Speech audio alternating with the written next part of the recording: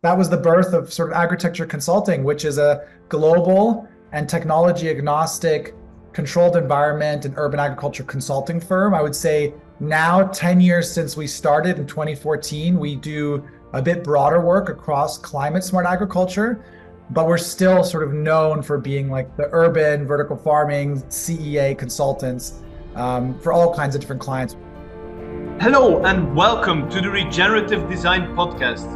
I'm your host, Mathieu Mehuis, and each episode I interview leading authorities in regenerative practices, people who excel at doing well and doing good.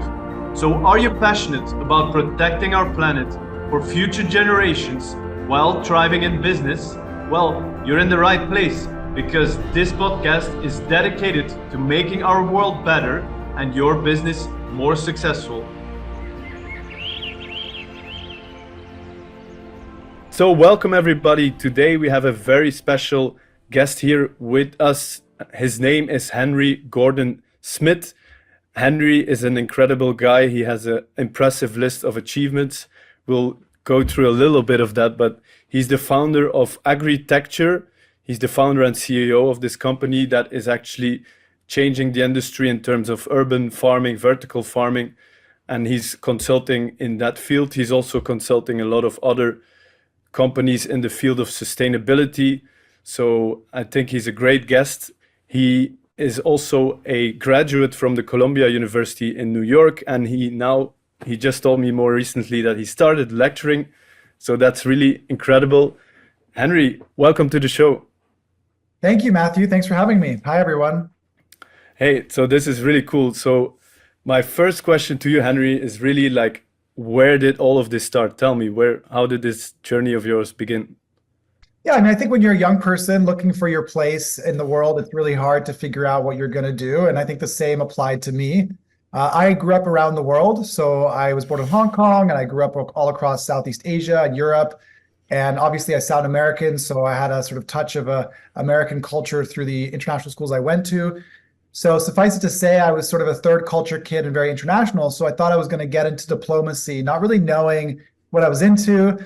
So I studied political science for my undergraduate degree. And then while I was studying, I had a visiting professor in the last years of school who was an expert on water wars. And water wars are these political and physical battles that happen over water scarcity. And this sort of blew my mind and shifted my interest into climate change. I felt like this was the greatest challenge we have ahead of us, and I wanted to find a solution to it. I dabbled in the public sector, got really turned off by the bureaucracy and how slow it was. And that's when I started landing on business and sort of social entrepreneurship or environmental entrepreneurship as a solution to these problems. But the question was like, what am I going to do? Like, how do I find space in that? Like, what's it? So what's the gap? So, a lot of my successful business contacts said you need to find a gap in the market. And in order to do that, I started 3 blogs because I had experience blogging and I wanted to share ideas and figure out what I liked and what other people liked. And one of those blogs was called Agritecture. And it became quite popular as it was about integrating agriculture into the built environment, as well as using some of the new technologies like hydroponic greenhouses and vertical farms that were getting interest, but there was a huge lack of information online. And sort of the analytical approach of the blog, where I would feature news and be, encouraging of the sector, but also critique it, did a number of things. It created a sort of a brand that people associated with agritecture, a level of trust, and also started to foster me as an analytical thinker about the trade-off between different business models and technologies. And so long story short, I studied food security and urban agriculture. I did my master's at Columbia, as you mentioned, in sustainability management. And then years after I started the blog, maybe 3 years after I started the blog, people started requesting consulting services from me. I got contacted by Deloitte and they said, we have an unused tower that a client wants to do a feasibility study for, see if they can do a vertical farm in it. But at that time, that was like a crazy question at that time, and nobody had the data. But I did. I had some data to provide on that, on the yield numbers, on the estimates. So I said, okay, it'll cost you this much. And that was the birth of sort of Agritecture Consulting, which is a global and technology-agnostic controlled environment and urban agriculture consulting firm. I would say now, 10 years since we started in 2014, we do a bit broader work across climate smart agriculture, but we're still sort of known for being like the urban vertical farming CEA consultants for all kinds of different clients, which we can talk about. But that's sort of been the journey. Wow, that's really incredible. Incredible. I really love that. And it's a perfect example for our show, right? To show people that if we can actually save the planet and create business, and in fact, I think it's necessary to move forward because what you mentioned about the bureaucracy and in the government, things just move too slow. We don't have time, right? We within the next 5 years, we really have to move fast forward into changing our economies into the green way of producing food. We're going to talk specifically about food. So I'd love to hear even more from your backstory. Like as a kid, was there something that triggered you about working with plants, or is there a link there? It wasn't a very obvious link, but I think it started with me for cities, right? Like I grew up in Tokyo and Hong Kong in the earliest years of my life. And in both of those cities, there's just, extreme density. There's exciting architecture that you get to look at. There's, in the case of Hong Kong, it's sort of like really a lot of high rises juxtaposed with islands and jungle, right? So like on one side of my building, I was looking out over water and I would see the city. And the other side, I was just looking at this like jungle hill. So it's always, and then in Japan, like they do really interesting ways of integrating technology, but also gardens throughout the city, green spaces. So I just liked those. And as a kid, I was always drawing cities. I was always drawing layouts of buildings and cities. Oh, wow. And like I always wanted to, I don't know, I sort of wanted to be an architect. If you gave me a pen and paper, I would be just busy for hours. I would not get bored. And I was always like inventing new planes and new buildings and new ways of designing things. And I think that the youth, in those cities really inspired me. And my dad's a civil engineer, or was, rest in peace. He recently passed away, but he was a civil engineer. And so, at an early age, we were always like building things as part of my school assignments, and I remember that very fondly with him. Is if assignment was to, understand horsepower, like we built a little cart that we attached to our turtle to calculate turtle power and like demonstrate that we understood how, the movement of a certain animal can create a speed, right? So just very engineering focused things Nice. that I think formed my interest in the built environment. I did not have a green thumb. I did not grow up around farms at all. But as a teenager, my parents bought a country house that we started renovating. So I would spend the weekends with my parents renovating it. My mom built a huge flower garden and my dad Amazing. built multiple vegetable gardens. So quite reluctantly at the beginning, I got involved in gardening based on what my parents were interested in. And then, yeah, I mean, it wasn't really until that professor that I started shifting my studies and my academic interests into, let's call it resource scarcity, which, water and food were directly connected. So it was a many steps, but not really an obvious background for me to get into where I am now. Yeah, that's really incredible. And the other day on the flight coming here to Toronto, I watched a movie from Temple Grandin. I don't know if you heard about her, Mhm. but it kind of rings a couple of bells where you as a kid learning from your teacher together with your father doing these assignments was really the basis was really there, I think. Yeah, you never know what those like early stage experiences can make an impact on you. But that's why it's important to get experiences as early as you can to know what you like, what you enjoy, and form sort of what you don't like as well. Yeah, yeah, I agree. That's very important, right? And was there a moment in your life that you like it seems like you've been on what I would call on alignment with your purpose for many years, right? For over Yeah, 10 it's years.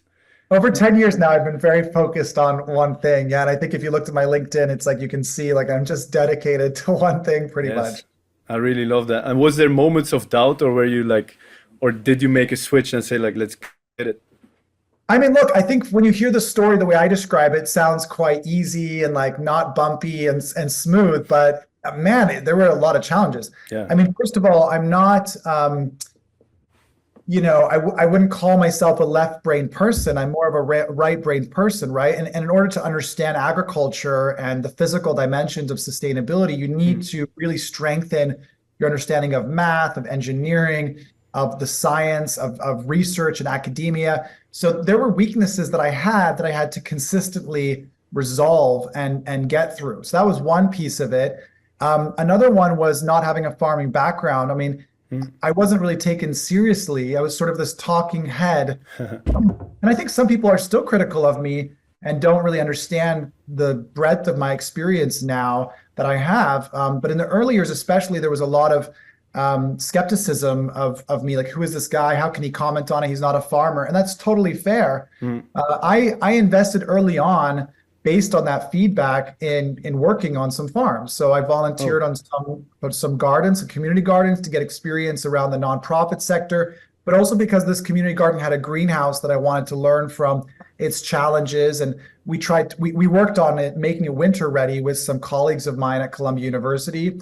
I also interned at Sky Vegetables, a rooftop hydroponic greenhouse, and I worked on the farm to understand what it was like. So I tried to get some experience to both, get legitimacy, but also to humble myself and understand what farmers really go through, which most of us don't understand. And I'm glad that I did that. Nice. So there were some obstacles around that end. And, I think as part of those critiques, you start to have a little bit of, imposter syndrome, like, oh, am I, and that holds you back from expressing yourself. And a big part of how I got to where I am is having the confidence and consistency to express my opinions. Yeah. And so those challenges of that critique, as well as that insecurity, really did affect me. And I had to really push through that. Nice. I also, with my political science degree, I moved to New York. Like, I bought a one-way ticket to New York. I had a job interview. It's like with Bright Farms, actually. And so they were very urban farming at the beginning, but they're just a greenhouse company now. And I didn't get the job, right? They said, you're not an architect, you're not a grower, right? So this is like, I just got rejected for this job. And so I started to have to educate myself more. So that's when I did a certificate in food security and urban agriculture. That wasn't enough. I needed to also go and get my master's degree from Columbia University. That sort of did it, because I combined that with the on-hand farm experience. And then I sort of had the right education title, plus the experience, plus the blog. And those three things combined started to really deliver as far as me getting job opportunities and eventually consulting opportunities. So there were a lot of challenges around the way. My parents were quite skeptical. They sort of didn't understand why they had gone through giving me all this education for me to go into something like agriculture. So it was difficult, but I think, what I learned to do was to carve my own voice and to you have to figure out what you like, right? So you have to try things and see what you don't like. And then once you figure out something you sort of like, or you have a hypothesis you're going to like it, you have to really commit to it fully. And I think that's what I did, is I committed fully, so that the momentum around that and the flow of the positive feedback loop of saying, oh, I really do love this. I love the rewards of this work. I love the impact. I love learning about it. That's how you find what you're interested in. And I guess that's been fueling me for over 10 years now.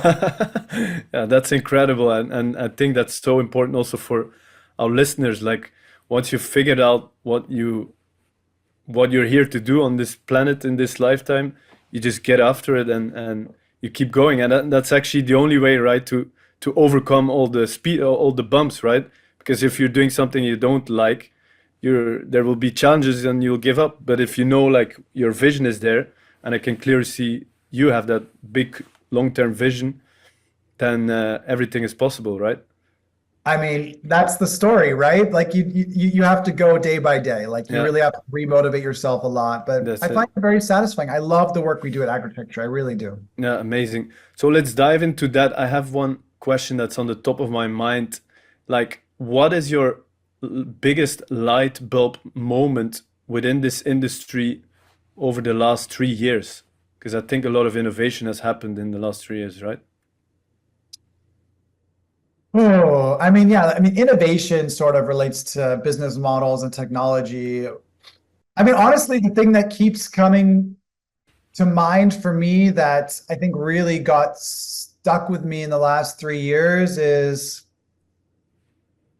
and it's a bit of a puzzle, is people really just don't, most people will not do enough preparation to do something right. They'll get lost in the passion, they'll get lost in the excitement, in the potential profitability, or whatever their main incentive is, and they will lose track of the proper preparations needed. And when it comes to something like agriculture, which has generally has low margins. And then now we're talking about tech-enabled agriculture in a novel setting of being closer or in a city. The risks of the project being successful increase. And so it's very important to taper your naive yet like good, hopes for a project with the realities. And the way to taper them is by preparing properly, is by having a methodology, like our methodology, we believe, to plan these farms and conduct feasibility. Instead, I see so many entrepreneurs, even large, well-funded companies, just not prepare enough and almost ignore some red flags for failure that they see. And this is really disappointing because we need more, like you said at the beginning, we don't have that much time and we need more successful projects. So, I think it's been a difficult light bulb for me to realize that people don't necessarily want to do that extra work. They really just want to skip ahead. They want it to be, I guess, easy. They want to sort of believe that it's going to be easy. And the reality is it's just much, much harder than that. And so we're seeing so many failures in the vertical farming sector in particular as a novel, but probably the most novel technology in this approach that we're talking about. So many of them fail with the same mistakes. Mistakes like not choosing your customer properly. Mistakes like overemphasizing technology. Mistakes like, choosing a location because it's cool versus it actually makes the best business sense. Mistakes like greenwashing, right? And sort of telling this hyped up story of food security and sustainability and not actually looking at your own real numbers. These are consistent problems that, certainly over the last 3 years, that have become a light bulb in my head because we should know better by now. In the early days, it was kind of okay, but now it's like there's so many resources to figure it out, to get it right. Just plan better. That's sort of what I have to share on that question. Yeah, I really love that because that actually makes a massive difference between a project that will be successful and one that is just going to be there for a couple of years and then it disappears. Because that's what I also see in landscape architecture or architecture, that they make these beautiful renders of green roofs and things like that, and then when it's construction they forgot about the whole engineering of the building, and then it never really happens. Or like you said, they'll just start because it's cool, right? And that's what I really like about your approach, that you make sure that things move forward. So let's dive a bit more into that. Do you want to go a bit deeper in your specific approach?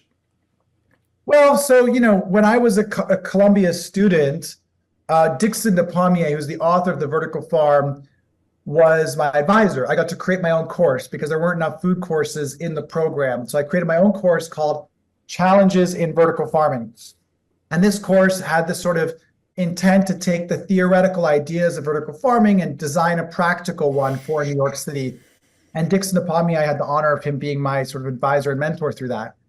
And in that process, it was fun because we sort of battled, because I was like, I wanted to be practical. Like I wanted to try and make money. I wanted to, actually impact food access if I could, because I was going to place it in the Bronx.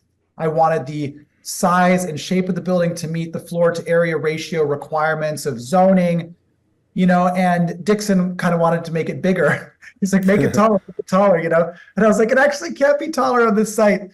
So that was like fun, as I sort of felt like I was taking his visionary, very impactful approach and trying to make it like practical. And in that process, I developed a methodology where step by step, how do you plan these farms, and who are the kinds of stakeholders you need involved to plan these farms.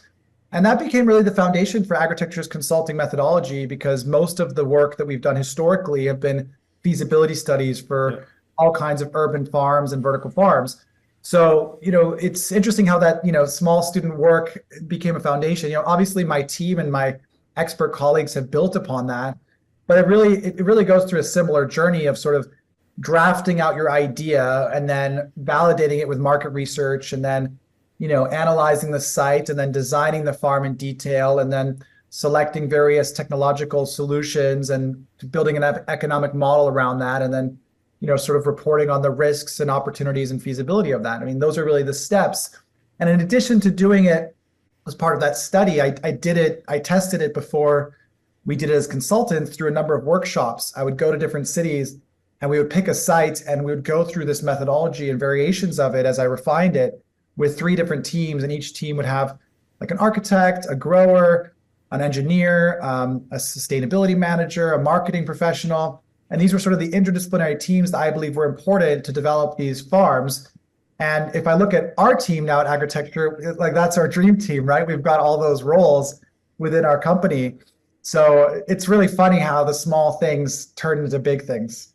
Yeah, that's incredible. And I saw, if I get it right, with your clients, you really go from the first conceptual idea with the potential investors to really setting up the whole farm, and you also continue with them in like monitoring. Yeah, we do a range of services now, but I would say what you're talking about is our feasibility studies that are, probably again the vast majority of the work that we did, especially in the early years.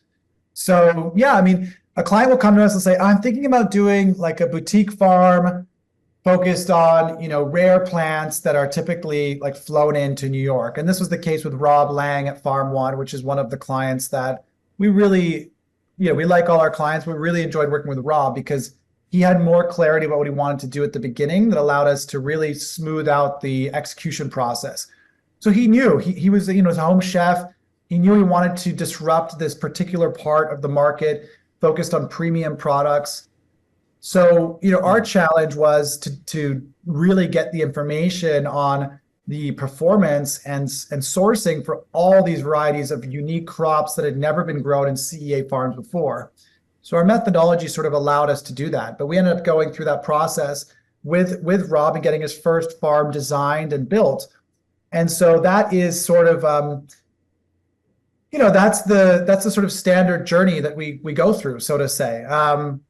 And I think that there is some work that we do afterwards, but it's kind of like, in the case of those work, what I wanted to say is kind of like an accelerator, right? We sort of will answer your questions and coach you. You get access to our team over a period of time for the feasibility study. We charge a consulting fee versus taking a piece of the business. And then after that, I feel like our clients get access to us for a lot of support, introductions, more technology recommendations. They hire us by the hour for support services, which we do quite a bit of now. Some of these include like optimizing really it or like benchmarking. Like we have some clients that will hire us and they'll say, want you to look at our farm and benchmark us to like global standards on our CapEx, et cetera, or review our farm's performance before we scale up, because obviously they tend to expand and move into a larger facility. So there's some work around that, but vast majority of our work is planning. Like we're a planning company, and I like that kind of work. But we can do other work on the support side. But I think that people see us as planners, and that's what we sort of market ourselves as. And we're the group you go to get your idea onto paper, to get the data, the economics, partners, everything like that. And we do that kind of work even across our other client segments besides the entrepreneurs we're talking about now. Yeah, that's incredible. And then your name for the company is obviously the best fitting name for that. I really love that. Thank you. That's a really good one. Here you go, Agritecture. So I would like to dive now a bit deeper into the bigger picture on a global scale, because I know you also have a lot of experience in sustainability. You spend quite a lot of time on it. First question, maybe, do you like the word sustainability?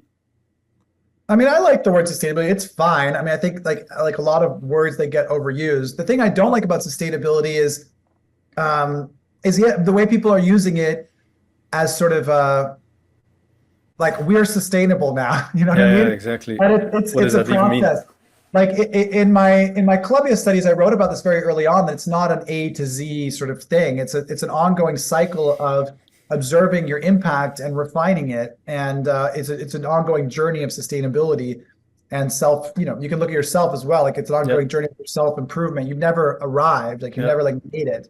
So I think that kind of thinking is very important to encourage. That's the one thing I don't like about sustainability or sustainable or some of the labels related to it. This podcast is brought to you by the Garden of Your Dreams Masterclass. Are you struggling with finding the right tools and tricks for your garden? Are you lacking the confidence to cultivate the garden you have always wanted? Do you have a backyard with lots of potential, but you get overwhelmed by the lack of knowledge and time to do gardening? Then the Garden of Your Dreams Masterclass is for you. If we look at the word exactly what it means, it's quite interesting. It's sustainable. It's just to sustain. It's actually status quo. So I think we should go beyond, because we have to go it's not beyond. regenerative, right? Yeah, That's exactly. it. That's what we have to do. So now I'd love to have your take on like the food production on a global scale, right? The food systems of our planet. What do you think that is the right, let's call it the right mix to support our global population, which some people say is still going to grow, but I see it actually declining, that we have sufficient healthy food for anybody in the world? Because as it turns out, we have more than enough food. Like obviously there's still people suffering famine, but that is more related to war. It's not about there's more than enough food. It's just the quality and how it puts pressure on our planet, right? So I'd love to have your intake on that. Yeah, it's such a big question, but you're right. I mean, it's not necessarily about the volume of food. It's about the distribution of it. It's about the reduction of the food waste. We have pretty much as many children who are malnourished in the world as we do that are obese in the world, right? So it's like we've got paradoxes in the food system. We also, I'm starting a new course called Smart Agriculture for a Changing Climate that I started teaching at Columbia University Sustainability Management Program. And so I'm also, I would say, refining my framework of understanding of climate smart agriculture more broadly, which is certainly bigger than urban agriculture. So one of the key things is just so different in different parts of the world, whether it's the crops that are at threat from climate change or whether it's the types of farmers. So there really is not going to be one size fits all. What I would like to see that I would say could apply more around the world is a couple of things. I mean, I'd like to see more data sharing from the government level.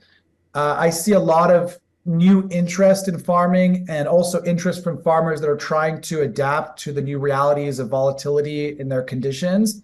And I think that there could be, there's a huge opportunity to distribute more data on what is known. So whether it's more in the developed world where this data is more available, you could have actual market data about demand that would encourage a lot more farms. If you look at a place like the UAE, right, they have extreme climates, they have the liquidity to build farms, but their data is not strong as far as what they need to be growing. And so we're seeing some farms growing unnecessary excess products or repeating each other, or repeating the same mistakes. So I'd like to see government get involved and maybe connect subsidies to the crops that they need to be grown. So for example, if we have a significant gap in potatoes, if you can find a way to grow potatoes, we would subsidize that. So directing the subsidies more towards food security and adaptation, I'd like to see more of that. In the developing world, it's obviously harder because of the tech literacy and the distribution of that data, but there are still ways to distribute it through like on-the-ground farm consultants and agronomists that do interact with a lot of the farmers. And we do see tech deploying more. So that's one thing, is more available data to drive strategy for many stakeholders, but mostly the farmers, and ideally connecting subsidies to that. I think more pathways for entrepreneurs. I think, there's something consistently happening around the world, which is that, farmers are moving away from agriculture, but simultaneously we are seeing an interesting renaissance. This podcast is a demonstration of that. My career is a demonstration of that. The course at Columbia, we're seeing like a renaissance of interest from young people to say that agriculture is a great challenge that we see opportunities to get involved in. And again, we want to take that energy and move it in the right direction.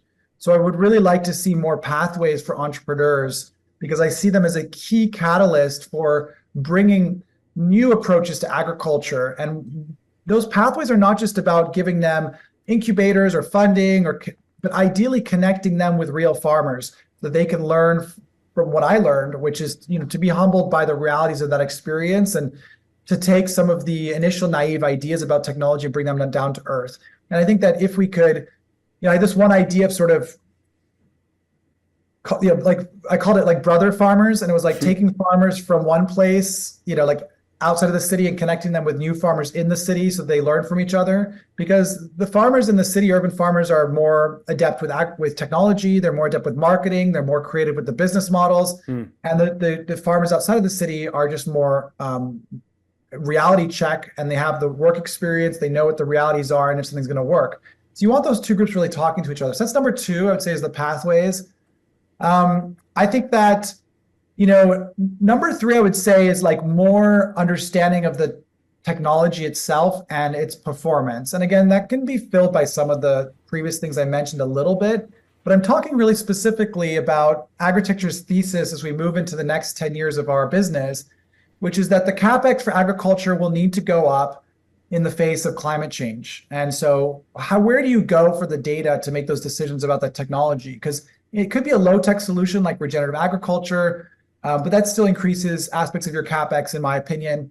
It could be simple irrigation, or could be anything as intense as a automated vertical farm. All those decisions require an approach to define whether that CapEx is going to be worth it, what the ROI will be, what the risk will be. So, with our software, we've built calculators for greenhouses and vertical farms that make the cost of understanding that CapEx so much cheaper and more available.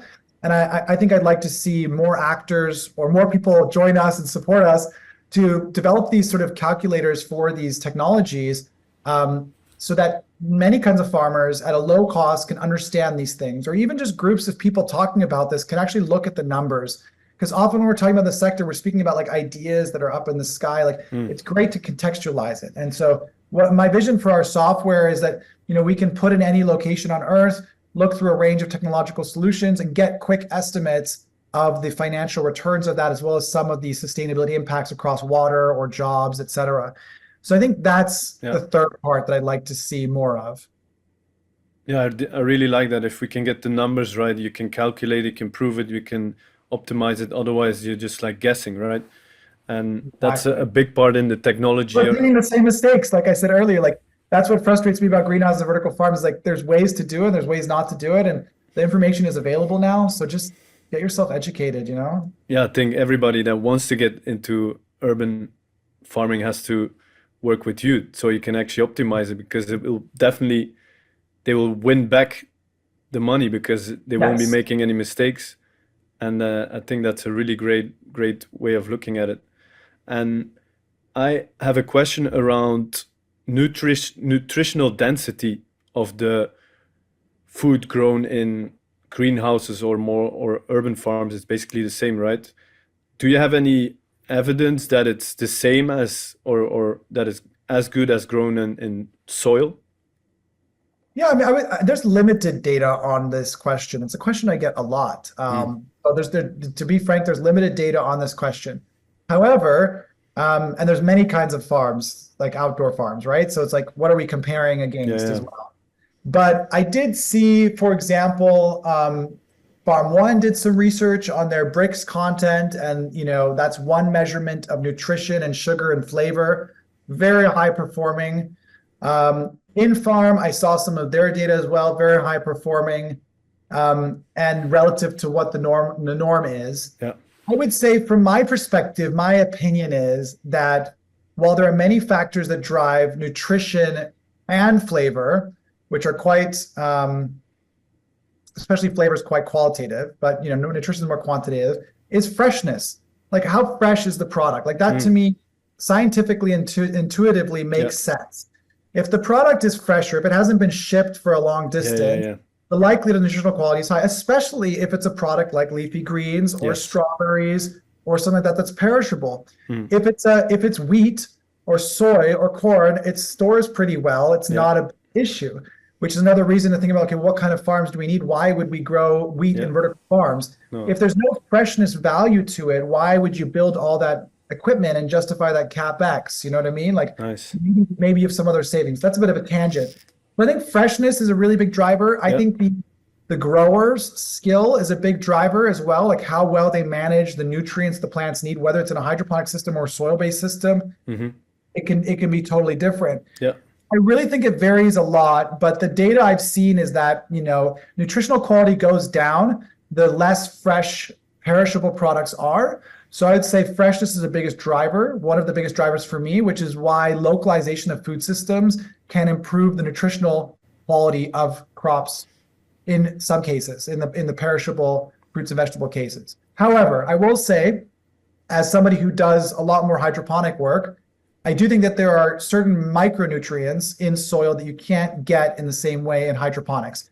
So the exact Is scientific that mainly benefit, minerals or what? Do you know the yeah. I specifics? mean, there's so many different kinds of soils, and there's so many Yeah, yeah. micronutrients, and you can get really complex mixes of macro micronutrients in Mm, soil you can't get in hydroponic systems. So that is a plus. I mean, I think if we could feed everyone from sort of regenerative organic production, I would love that, but I just don't yeah. think that's a reality. And I don't to give everybody the fresh, high nutritional product we can. I don't think that works. So I'm a proponent of a sort of mixed approach, a mixed system. Yeah. So if it's the warmer season and I'm in New York, I should be trying to buy crops from upstate farms, right? That's Mm, probably the healthiest, most environmentally friendly product I can get. yeah. But in the winter, I should try probably buying from greenhouses Yeah. in New York State or nearby, or vertical farm in some cases, depending on what the product is. Yeah, I really love that approach because that's something that people should be aware of more or think about more, that like, okay, what is local, what is in it's seasonal, and how is it produced?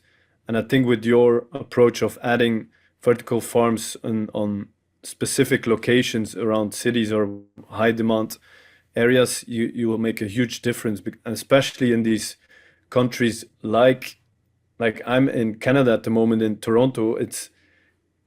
It's really cold here for like quite a while. It's same in New York, I think. So Yeah. what do? You ship in salads from Mexico, or you try and grow it locally in a controlled environment and actually store carbon while you're doing that. So I really appreciate that intake on that. And quite interestingly, I think it's also like if we go into the nutrition of the food, which is way more important than the kilogram of the food, right? Is that I met an amazing farmer here in Canada that is doing lots of things around activating water and adding minerals, and like he built like a vortex, and you might have heard of these kind of things. And he said he changed his perspective that it's not so much about soil, but it's about water. Water is the key Mm. aspect that can carry all the nutritions. And he said you actually have to activate the water, kind of energize it by movement, and then all the nutrients, minerals, all the things will actually stick to it way better, and the plants will absorb it way better. And I've seen the Yeah. things he's growing. It's crazy. Like he showed. I have you heard of wood vinegar? No, I haven't heard of Have you that. heard of biochar? Probably you heard of Yes. biochar. Well, this Yes. farmer made a derivative, a liquid. A liquid We version of. might want to look into that because he Yeah. adds that to his products, and he showed me his garden where he did carrots with it and carrots without it. Literally, the carrots without it were the people that are listening. It's a couple centimeters, maybe one or two, and the other carrots were like 10 centimeters already. Same. He just wanted to show that. So I think that's incredible that there's still so much science or knowledge about things we don't know yet that we can still Oh, optimize, right? absolutely.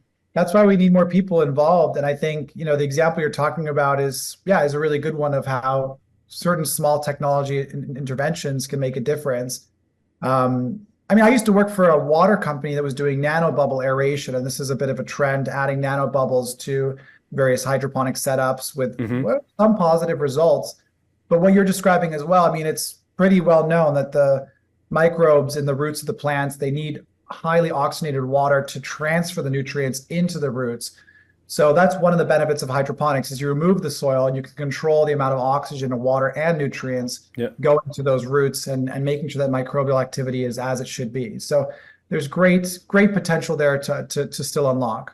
And then also in the controlled environment of the greenhouses, do you have data of that? Because as it turns out, yeah, you will know that, but maybe not all of our listeners, that a lot of the nutrients are the plants take a lot of the nutrients from the air, because there's also minerals and gases and other things in the air, and they take that up through the leaves, right?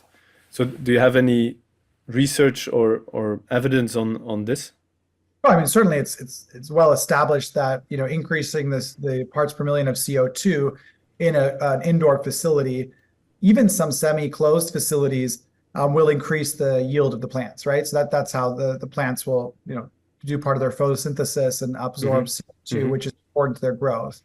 So, And other minerals or gases to add in? No, is there? I haven't looked at that. I'm not sure. Okay. And I've talked to my agronomist about that one, but I'm not sure which other major minerals, nutrients are absorbed through the stomata, I guess is what it would be. Yeah, that's amazing.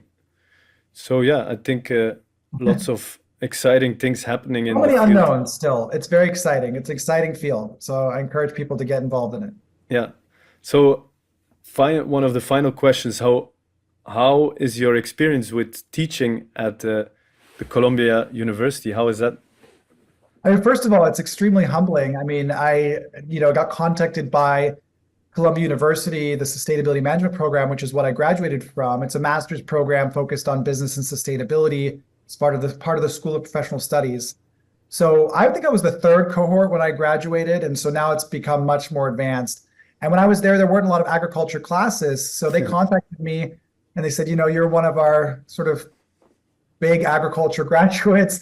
So, can you develop a course? And I started thinking, well, what would the course be? Like, what would the course be that I wanted to take, So I came up with a course on climate smart agriculture, which is really sort of a broad term put forward by the FAO and the World Bank that focuses on three pillars of agriculture, which are, really adaptation to climate change, improvement of productivity in sustainable ways, and then also mitigation, sort of like the dream for agriculture. I'm mostly focusing on the adaptation piece. And so what we're doing is we're investigating a range of technological solutions, everything from agrivoltaics to AI, IoT, big data, regenerative agriculture, agroforestry. We're investigating those up front in the course, and then we're going to take a look at every continent on Earth and look at like what are the crop losses that are occurring from climate change that we know about today? What are some of the projections about where they're going to get? And I want the students to really become analytical about low to high tech solutions to those problems. If we're talking about rice production in India, is the solution robots? Like what is the solution to that? And I want them to, understand and embrace that nuance. So they've got a variety of assignments like developing a food security tool for policymakers or a climate smart agriculture technology matrix for stakeholders to choose different technologies. And in the end, they have to propose a specific technological solution, low tech or high tech, to a specific crop in a specific region. And that's the final assignment. So it's been a real pleasure. I so far have really enjoyed it. We had our first lecture last week, and I teach every Thursday. And yeah, it's challenged me to push beyond my typical, hydroponics, urban agriculture knowledge. I'm looking at animal husbandry, I'm looking at aquaculture, I'm looking at staple crops. So I love that because it's really broadening my understanding, expanding my own research as I sort of teach and learn with the students. Yeah, that's incredible. I really like that, and I think it's interesting to you'll get different experiences. Maybe I believe in the power of young people having new angles, new ideas. So I think that's very exciting that you get to do that. Yeah, I mean, that's my hope, right? I've talked about new people getting involved. Like if I can get three of the students to be like me or close to me as far as their motivation to make a difference Yeah, to the food system, then I'd say that the class is a success. So that's really what I want, is I yeah, want to help those students really find and carve their way in this exciting new sector. yeah. I think there's a lot of young people that are very hungry to make an impact because I'm Yes. talking to another company. Their name is Soil Capital, and they Yeah. have you heard about them maybe. They started with the carbon credits system, and they have like a whole team of ITers that are running these things up, and the one of the founders told me we have to tell the people to go home because they want to work night and day to put this out there. Like they're working too much, so they really want to move forward with this. So that's very very hopeful, I think. Great. Yeah, we need more people. There's time is running out. So yeah, Yeah. that's what it's. Okay, my final question to you, Henry. This is a bit of a different question. Uh-oh. We are. Oh, can I ask your age, if I may? I'm 37 years old. 37. So let's add another 40 years down the line from now. You have one the Nobel Peace Prize, you're asked to go on stage. What do you say? I've won the Nobel Peace Prize at Yeah, 77. I'm asked to go on yeah, stage. you've changed the industry. You helped food security, and you'll be Look, rewarded for that. I don't know. I guess the message of my life is pretty corny. It's like all great things start small, like they do with seeds in nature or for trees or in your life, right? You need there's huge power of ideas that are taken into reality. You need to take your ideas and make them real by putting them onto paper, thinking about what they're going to become and acting towards them, and never underestimate the power of those ideas when they're put into action. Because I certainly, even today, suffered from this Nobel Peace Prize, which is crazy to think about. I have to pinch myself that we are where we are now, that my career has grown in the way it has. And I think it really goes back to creating space for those wild, bold ideas and then starting to put them into action. Never underestimate it. And we need to foster more of those. Yeah, incredible. So on that note, we're gonna end the show here. Just a final question for people that are listening and want to reach out or are interested to work with you. How can they best contact you?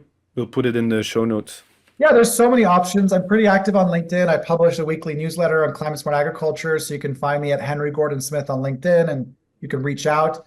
If you're interested in our consulting services, just go to agritecture.com and you can fill in a form and request our services, whether you're an investor looking to invest in the sector or an entrepreneur or a policymaker. We have services that we've executed in a portfolio related to them around the world for all of those. And then if you're curious about just getting started, if you're really early, I encourage you to go to design.agritecture.com where you can check out that calculator I told you about. And at a very low subscription, you can estimate the CapEx, OpEx, and details of any greenhouse or vertical farm in the world and take advantage of our award-winning urban farming classes, which are a great introduction to urban agriculture in general and also controlled environment agriculture. And that's all at design.agritecture.com. Okay, amazing. So thank you very much, Henry. Thank you, Matthew. Great speaking with you.